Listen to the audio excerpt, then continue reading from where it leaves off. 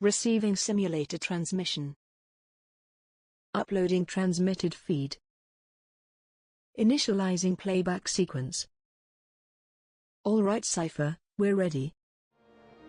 Hey everyone, Seipher here, and welcome back to Seipher Plays Kingdom Hearts. In the last episode, we broke through to the open deck of the Jolly Roger. Captain Hook forced us to walk the plank, but due to faith, trust, and pixie dust, Sora managed to avoid a watery grave by taking flight. With our new skill and Peter Pan's help, we took on the cowardly codfish of a captain, sending him fleeing in terror before sealing Neverland's keyhole. This time, we find ourselves back in Olympus Coliseum to participate in the new tournament. But before we do, I do have a number of things to go over. However, first, let's take a look at these banners here. This has basically told us what the each individual tournament is. And we've got the Hercules Cup, which has all these people. Going to be a pretty interesting match. In any case, off screen, I decided to take a look into getting some stuff from the clock tower. At this point, I have just about everything. I am missing a few synthesis materials, but from doing so, I did get all the stat boosters, and I used them on Sora, getting his stats up quite high. One thing I failed to mention about the clock tower is that the clock face beneath the save point at the clock tower will glow with a light at each number for each door you open. So for opening the 11 o'clock door like we did at the end of last episode, the 11 o'clock light on the clock face lit up. So once you have all 12 lit up, you'll know that you've gotten everything. In any case, we have a number of things that we got last episode that we need to go over. So let's start things off with our new Keyblade.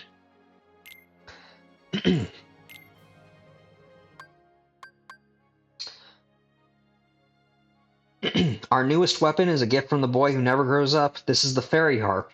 It possesses great physical strength, increases our max MP by 1, and is capable of landing powerful critical blows thanks to its +4 strength modifier on critical hits, at the standard 20% critical rate that the Kingdom Key and others like it have. The only real downside to this Keyblade is that it has an incredibly short reach, which can make it difficult if you're used to medium or long Keyblades. I typically prefer longer Keyblades myself, but I believe that I'll be able to work with this blade for the short time that we'll have to really use it. This is also the first of the Keyblades needs to have significant changes in the final mix version, as its critical rate and critical strength modifier were lowered to 10% and +2 strength, respectively. I'm not sure why it needed to be nerfed. I mean, granted, it does deal good critical damage still, but I feel like the short reach was enough of a nerf on its own to really hold this thing back, that it didn't really need it. In any case, beyond that, and I need to stop saying in any case so many times, I, off-screen, did use the 2 AP ups that we can get from the clock tower on Sora, just to get him a bit more AP. And with it, I equipped the Vortex ability that we got from defeating, well, not from defeating Captain Hook, because we leveled up from defeating Captain Hook. It'll help us close distance. I don't really remember it all that much, but I figure, considering I complain a lot about Sora's basic attack animation, where he just sort of lunges forward and doesn't really move that far, that it might be of some help. Not sure, we'll see. Might be held back by the length of our new Keyblade. What's more important, though, is the limit that we got from this. Ars Arcanum from defeating Captain Hook. A formidable attack that basically, for the cost of 4 AP to equip and 3 MP to use, Sora will unleash a flurry of blows up to 13. It is a close-range limit ability, and it does provide some invincibility frames for the initial rush, but follow-up attacks that you have to trigger yourself do not have invincibility frames. For these reasons, I typically prefer Strike Raid, though frankly I haven't actually had a chance to actually use Strike Raid, though I'm hoping to be able to make use of it in this coming tournament. After that, we have Glide, which, as we were shown in Neverland, allowed us to fly. However, in other worlds, it does not allow us to fly. Instead, it just allows us to glide, as the name implies, by holding circle after pressing jump. You will eventually come to a complete landing, so making use of it with high jump is probably for the best. All in all, one of the better movement-based abilities, and it is going to be very helpful for certain things going on. Last but certainly not least, we got a new summon, Tinkerbell. And finally, the best summon in the game is here, and the Pixie supremacy cannot be denied. Let's get the negative out of the way first. Like Dumbo, she costs a massive 3 MP to summon, and like all summons, requires 2 active party members to be called upon. That's it for the downsides, as everything else about Tinkerbell makes her absolutely broken. Unlike other summons, she will not cause your party members to disappear, which is an immediate boon, as you do not have to sacrifice their attacks and distraction ability for the summon power. Unlike other summons, she will not... while she doesn't fight, Tinkerbell will restore your HP and nearby party members' HP over time. Think of it like regen in the Final Fantasy series. Lastly, should Sora fall in battle, she will activate her auto life ability, which will restore Sora's HP fully once, and then you'll be able to just go through the fight as per normal. Again, much like the auto life ability in Final Fantasy. If you want to make a fight easier, open up with summoning Tinkerbell so that you can focus on attacking and testing your magic on Arrow and such. The only downside to this is that by summoning Tinkerbell, you can't use any limit abilities, but hey, when you've got auto regen and auto life capabilities, you really don't need your limits. In any case, with that, let's head on in to the lobby. And before we begin the actual business here, by this point you should be strong enough to take care of the Pegasus Cup and its challenges if you haven't already. Should definitely be possible for the time trial now that you have such a strong Keyblade in the Fairy Harp. Though, again, Spellbinder probably could get you through at this point since it raises your max MP by 2. In any case, the Hercules Cup. Let's get this started.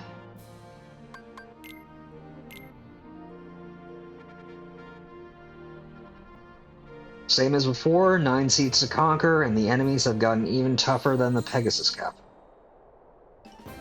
Starting with the Dusk Vanguard with 5 Gargoyles and 3 Shadows, shouldn't be that much of an issue.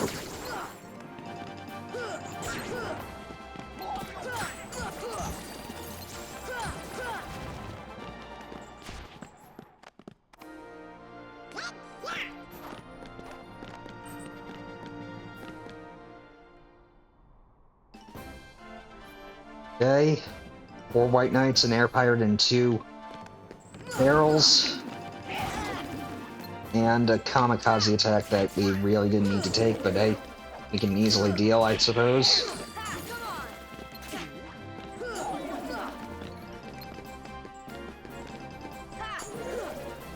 Yeah, the Fairy Harp is just that powerful. Easily able to take these guys out.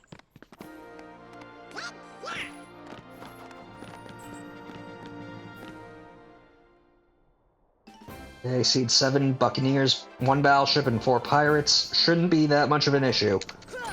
Granted, chasing down the Battleship is a bit trickier now since we don't have the Flight of Neverland, but shouldn't be that much of an issue.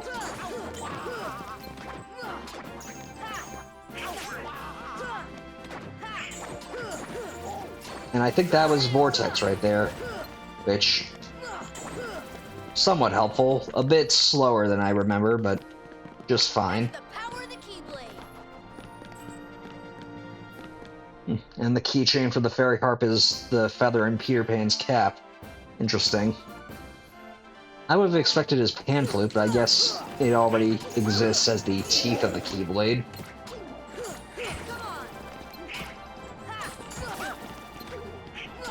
And figures that Peter would give us such a short keyblade.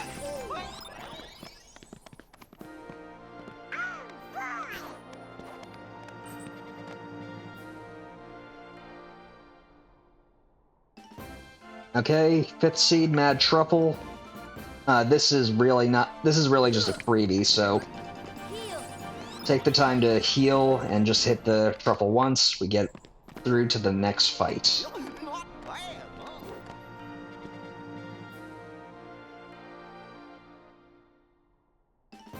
Fourth seed, Cloud. The Final Fantasy VII pretty boy has come back for that rematch after all. For the most part, he is very much the same as he was in the preliminaries to start things off, just with a bit more HP. He can still deal quite a bit of damage, so don't take him lightly. His Sonic Blade still does quite a bit, as does his Climb Hazard and Cross Slash.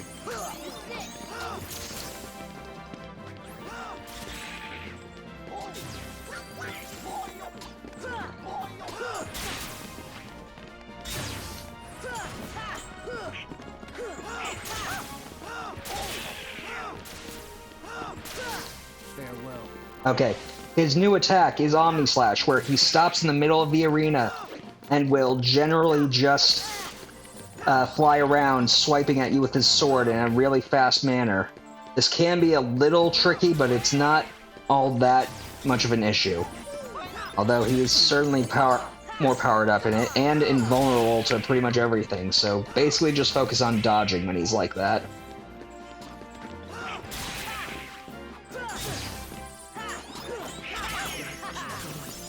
And Goofy got max AP. That'll be helpful.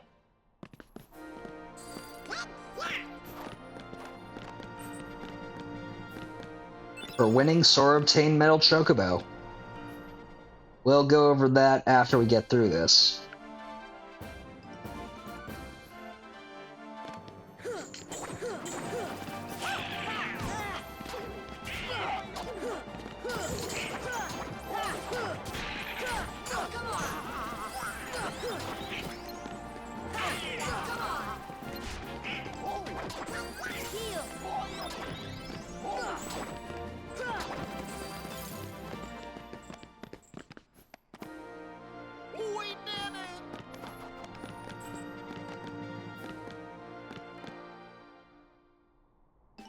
Alright, Seed 2, Flying Pirates.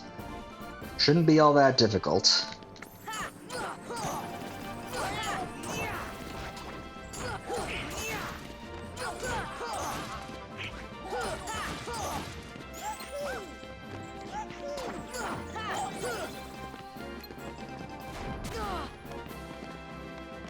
One thing that I think I forgot to mention about the battleships last episode is that they have a healing technique where they shoot cure bullets out of their cannons that will mainly go to heal enemies, and they do have that bombardment, but you can intercept the cure bullets.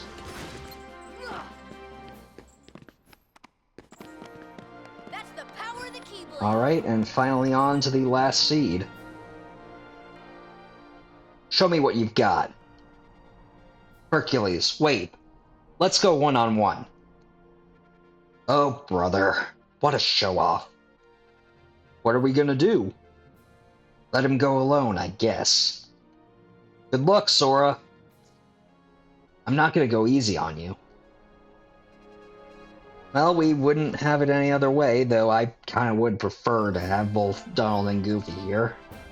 Anyway, Phil's boy is finally taking us on. Say hello to Hercules. Immediately, you'll notice that he is glowing with a golden aura. You cannot injure him while he has that glow on him. You'll have to throw a barrel at him immediately. His main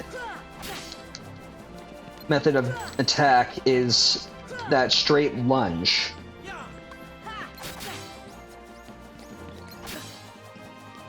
And I need to focus.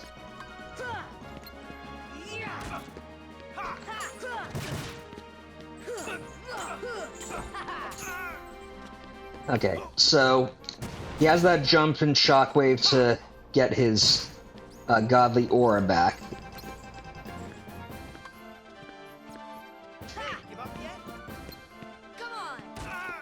You can knock him out if you hit him with a barrel while he's flexing, so that's...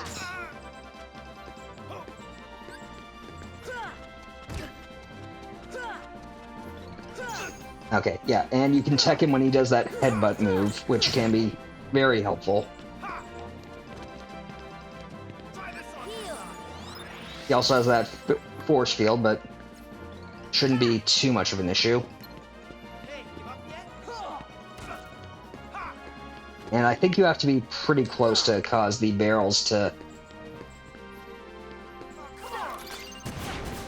And he's managed to just manage... Well, he managed to be immune during the 1 second.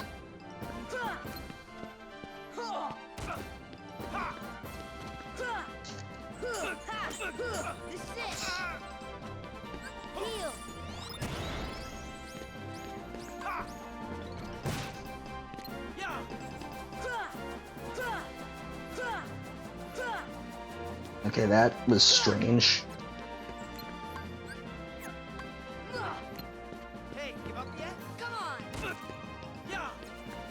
Okay, I thought he would be stunned by that, but I guess it doesn't really matter. Okay, thankfully he was stunned by that.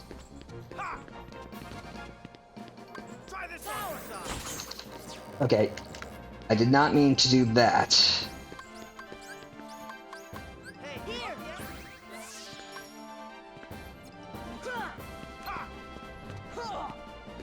Oh boy.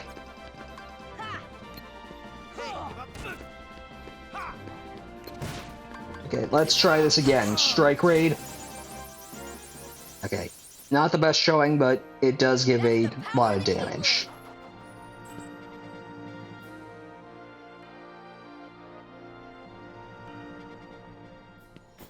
We're the champs!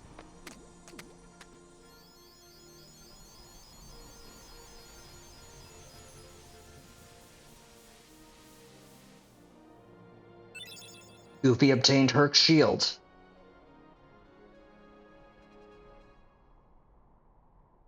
Wow! And I didn't even hold back! Now I finally know what you mean about strength of heart. Mine comes from Donald and Goofy. Come again? If we stick together, we're unbeatable. Not even Hercules stands a chance. With these guys beside me, I'm ready for anything. But that's not exactly what... Of course. Your friends give you strength. Isn't that right, Phil? The three of you together make great heroes. And as a team, I'm sure you can overcome anything. Sora obtained Olympia. That is a Keyblade granted for completing all the tournaments, and for completing the Hercules Cup, we learned the Yellow Trinity. Sora, that whole belief that you just had would hold a lot more weight if we did not just beat Hercules solo. In any case, Herc's line in that Herc's first line in that cutscene will be different depending on how many tournaments you've completed. Typically, though, that is the one that you will see because you usually do the Phil Cup and Pegasus Cup before you get to this point, but it will be different based on what we get. In any case, from defeating him, we get the Yellow Trinity and Trinity Push, and we can finally activate this Trinity that was here from the very beginning.